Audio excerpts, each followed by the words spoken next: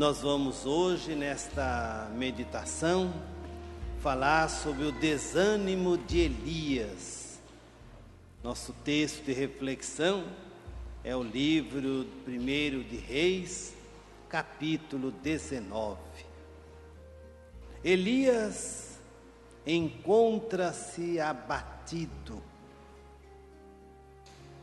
O desânimo geral tomou conta da vida do profeta. O desânimo é como a chama que se apaga. A vela foi feita para ficar acesa, para mostrar a sua chama. Quando o desânimo se abate, a chama se apaga. O desânimo é como quando acaba o combustível, o carro para na estrada, não vai nem para frente, nem para trás. O desânimo é falta de tomar decisão. E quando a gente está desanimado, a gente não pode tomar decisão nenhuma. Ao desanimado, nem Deus pode socorrê-lo, porque ele não percebe a presença de Deus na sua vida. Elias se encontra abatido, desanimado. O desânimo tomou conta da vida do profeta. E um profeta desanimado não tem nada para fazer. Talvez a pior coisa é o desânimo espiritual. A falta de sensibilidade das coisas de Deus. E quando a gente perde o ânimo na espiritualidade, nós ficamos buscando subterfúgios por aí. É o que nós estamos vendo ultimamente na igreja. O desânimo se abateu e a gente procura subterfúgios para superar o desânimo da caminhada. E é na caminhada que o desânimo acaba acontecendo. O desânimo é desmotivação. A desmotivação de sair de si. O desânimo é algo que atinge a mim interiormente. O desânimo ele se estrutura dentro de mim, dentro de nós. A pessoa desanimada, irmãos, não encontra o seu destino. Por isso que muitos vagueiam na vida sem encontrar um destino. A pessoa desanimada, ela procura um abrigo para se proteger. Ela não é mais a proteção. Ela procura um abrigo para se esconder. E todo desanimado se esconde na sua pequenez e no seu medo. Todo desanimado tem medo. E diante do desânimo, nós começamos a procurar desculpas. A desculpa é típica da pessoa desanimada. E você sabe que católico é esperto para dar desculpa. A gente desanimado inventa aquelas desculpas mais escabrosas para convencer os outros que ele não está desanimado. Elias era forte, era corajoso, era o profeta de Deus. Elias tinha toda a proteção divina sobre si. Mas Elias entrou em pânico. E ele foge para salvar a sua vida. Todo desanimado foge para salvar a sua pele. O desanimado não enfrenta, ele recua. Profeta de Deus, Elias, aconteceu isso com ele. Elias se encontrou com os profetas de Baal, com os sacerdotes de Baal. 2.000 sacerdotes para adorar o Deus Baal. E Elias sozinho, único profeta de Deus, Javé. Elias faz o desafio para mostrar qual Deus era o verdadeiro Deus, Baal ou Javé. E o modo de prestar para ver qual dos dois era o verdadeiro, era fazer um sacrifício. E sobem para o monte os sacerdotes de Baal e Elias, sozinho. Mas Elias sozinho não era sozinho, ele era mais Deus. E quando você tem Deus, nem o diabo pode com você. Mas se você é abatido pelo desânimo, aí Deus não tem nada para fazer na sua vida. E ali Elias desafia os profetas de Baal. Os profetas os sacerdotes eram os protetores do rei Acabe e Jezabel, a rainha perversa. O sacerdote estava em função do rei e da rainha. Todo grupo religioso tem seus sacerdotes que os protegem. Eles veem que as coisas estão tudo errado, mas eles são a favor do rei. De Jezabel também.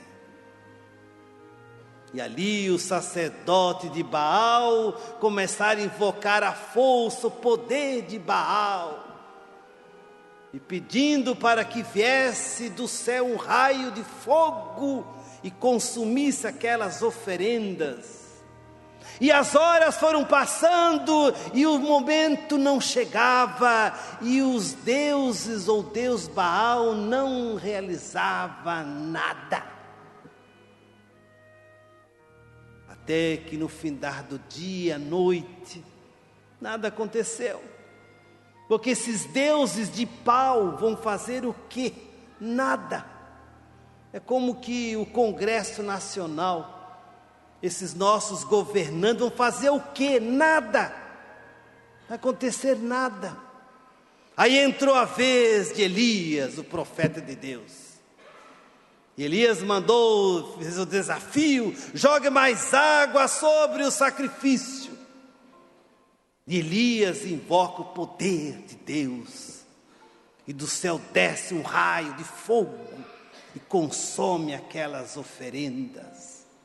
E foram passadas a fio de espada todos os sacerdotes de Baal. Não sobrou um para contar a história. Com isso, irmão, Acaz, o rei e a rainha falou para Elias: amanhã você estará morto. Acaz e Jezabel eram corruptos, eram reis iníquos, que eles não mereceriam nenhuma proteção do Altíssimo. E Elias ficou com medo de Jezabel, porque Elias pensou: ela vai me matar. Elias, ao invés de anunciar o projeto de Deus, foge para o deserto. E Elias caminha o dia todo no deserto. E ali ele encontra uma pequena árvore, um pequeno arbusto. E ali ele para um pouquinho e dorme. O desanimado dorme. O desanimado não vive acordado, porque ele dorme para esquecer os seus desatinos e os seus desafios. O desânimo, irmãos, é uma doença que abate a nossa vida. Por isso que nós dormimos. E o desânimo é o sinônimo do que hoje se fala depressão. As pessoas deprimidas, elas não saem de si, elas não se descobrem, elas não se tornam altaneiras, elas não querem vencer, elas se fecham em si mesmas, porque elas não querem descobrir quem ela é.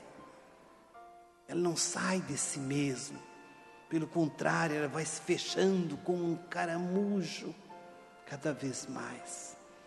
A pessoa deprimida é como aquela lâmpada que vai se apagando com o tempo. A pessoa deprimida é muito ativa, mas o desânimo vai apagando aquela chama que ela tinha. Hoje muita gente vive assim, irmãos. Muitos pais vivem assim. A maioria dos pais não tem mais chama, porque se desanimaram com os filhos. Fazem tudo para o filho e não vê resultado. E aí vem o desânimo. A maioria dos pais hoje estão desanimados com os seus filhos. E por isso nós não vemos nossos filhos na igreja. E é claro que um pai vai ficar desanimado, porque não vê resultado, luta, anos a fios. E o resultado não vem. A gente não vê melhora, a gente não vê progresso. Por isso que Elias dormiu. Aí aparece um anjo, trazendo um bocado de pão para Elias. Elias, o que você faz aqui, Elias? Talvez no diálogo com o anjo, ele teve vergonha de dizer que estava fugindo de Jezabel. O desanimado não conta a verdade. Um pai desanimado, ele engole as coisas no seco. Porque é assim o destino do desânimo na nossa vida, irmãos. Por isso que o desânimo, ele se estende na nossa vida, ele é uma doença que a gente tem que descobrir. Elias comeu, se alimentou e voltou a dormir. Porque para a pessoa desanimada, despertar do desânimo é dificílimo. Leva tempo. As pessoas dão uma levantada de olhos, abrem um pouquinho os olhos, mas voltam de novo a dormir. Porque o desânimo é realmente uma doença na nossa vida. Aí o anjo volta de novo para Elias. Elias, como Elias? E aí Elias já começou a melhorar. Porque você tem que sair, irmão, da sua letargia, do seu desânimo. O desânimo acomoda a gente, tem que sair, sacudir a poeira, e dar a volta por cima, e levantar o ânimo. Elias comeu aquele pão, bebeu aquela água, e se fortaleceu. Nasceu de novo Elias, o ânimo do profeta. E diz o texto que Elias caminhou 40 dias com a força do pão e da bebida. Queridos irmãos, como que está a nossa vida espiritual? Como que está a nossa vida material? Você que é pai, como que está a sua prática de paternidade? Você é um pai desanimado com seus filhos, pela luta constante de anos e tempo a fio, e nós não vamos vendo grandes resultados. Como certamente isso desanima a nossa vida. Como talvez será difícil a gente ser pai e viver na igreja a vida toda sozinho, sem a esposa, talvez sem os filhos. E tudo isso vai desanimando a nossa vida. E nós vamos perdendo a esperança. E a chama bonita que tínhamos, nosso primeiro amor, acaba se esvaecendo. Aqueles bons namorados, boas namoradas, acabam não existindo mais. porque o desânimo vai abatendo a nossa vida, as dificuldades vão aparecendo, o combustível que tínhamos foi acabando, e nós ficamos como um carro parado na estrada da vida. E quantas pessoas estão assim, paradas na vida, sem saber por qual rumo tomar.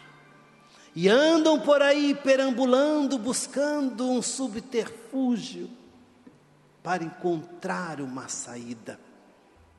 Mas a única saída é se alimentar do pão do céu. E o que é esse pão do céu? É voltar a atenção para si mesmo, redescobrir o poder que você tem, que é o poder de sair de si em busca do outro. Então que nesse dia, ouvindo essa palavra nos oriente para isto. Creio em Deus Pai,